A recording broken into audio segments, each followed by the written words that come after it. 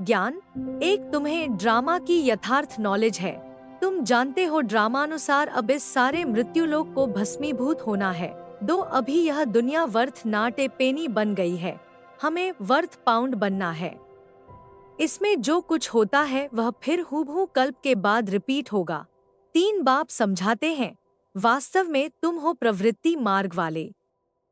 वही देवताएं जब अपवित्र बनते हैं तब देवी देवता कह नहीं सकते, इसलिए नाम बदल हिंदू धर्म रख दिया है। चार, भक्ति मार्ग में तो कह देते हम आत्मा सो परमात्मा, इसलिए परमात्मा को सर्वव्यापी कह देते। बाप कहते हैं सब में व्यापक है आत्मा, मैं कैसे व्यापक होऊंगा। पांच, हर एक अकाल मूर्त आत्मा का तख्त है, या तख्त कहो अथवा रथ कहो, बाप को तो रथ है नहीं, वह निराकार ही गाया जाता है। न सूक्ष्म शरीर है न स्थूल शरीर है। योग। एक, अपने को आत्मा समझ बाप को याद करो। यह है रूहानी यात्रा, आत्मा अपने रूहानी बाप को याद करती है। दो, बाप को याद करने से ही पाप भस्म हो जाएंगे, इनको योग अग्नि कहा जाता है। याद तो तुम कहाँ भी कर सकते हो। तीन, शिव बाबा को याद करो, सिवाय शिव बाबा के दूसरा न कोई। एक की याद से ही तमो प्रधान से सतो प्रधान बन जाएंगे। चार, बाप को याद करना है तो जन्म जन्मांतर के पाप कट जाएंगे। इसको कहा जाता है सहज राजयोग, राजाई प्राप्त करने के लिए। पांच, श्रीमत पर पूरा चलने से श्रेष्ठ बनेंगे। भ्रष्ट से श्रेष्ठ बनना है, उसके लिए बाप को याद करना है। धारणा।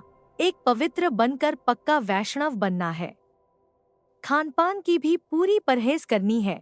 दो, श्रेष्ठ बनने के लिए श्रीमत पर जरूर चलना है। तीन, मुरली से स्वयं को रिफ्रेश करना है, कहाँ भी रहते सतो प्रधान बनने का पुरुषार्थ करना है। चार, मुरली एक दिन भी मिस नहीं करनी है। पांच, दूसरे के विचारों को अपने विचारों से मिलाना, यही है रिगार्ड देना। सेवा। एक, कोई भी सेवा, संगठन, प्रकृति की परिस्थिति स्वस्थिति व श्रेष्ठ स्थिति को डगमग न करे। दो, सभी को यही पैगाम देना है।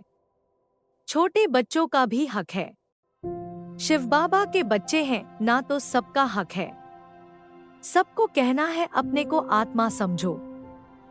तीन, पहली बात है बाप का परिचय देना। बाप कहते हैं मुझे ही पतितों को पावन बनाने यहाँ आना पड़ता है। चार, पहले मुख्य बात ही यह है, रचता बाप को समझो फिर रचना का राज समझना। मुख्य बात गीता का भगवान कौन। पांच, पहले तो अल्फ पर पक्का कराओ तो बे बादशाही है ही शांति।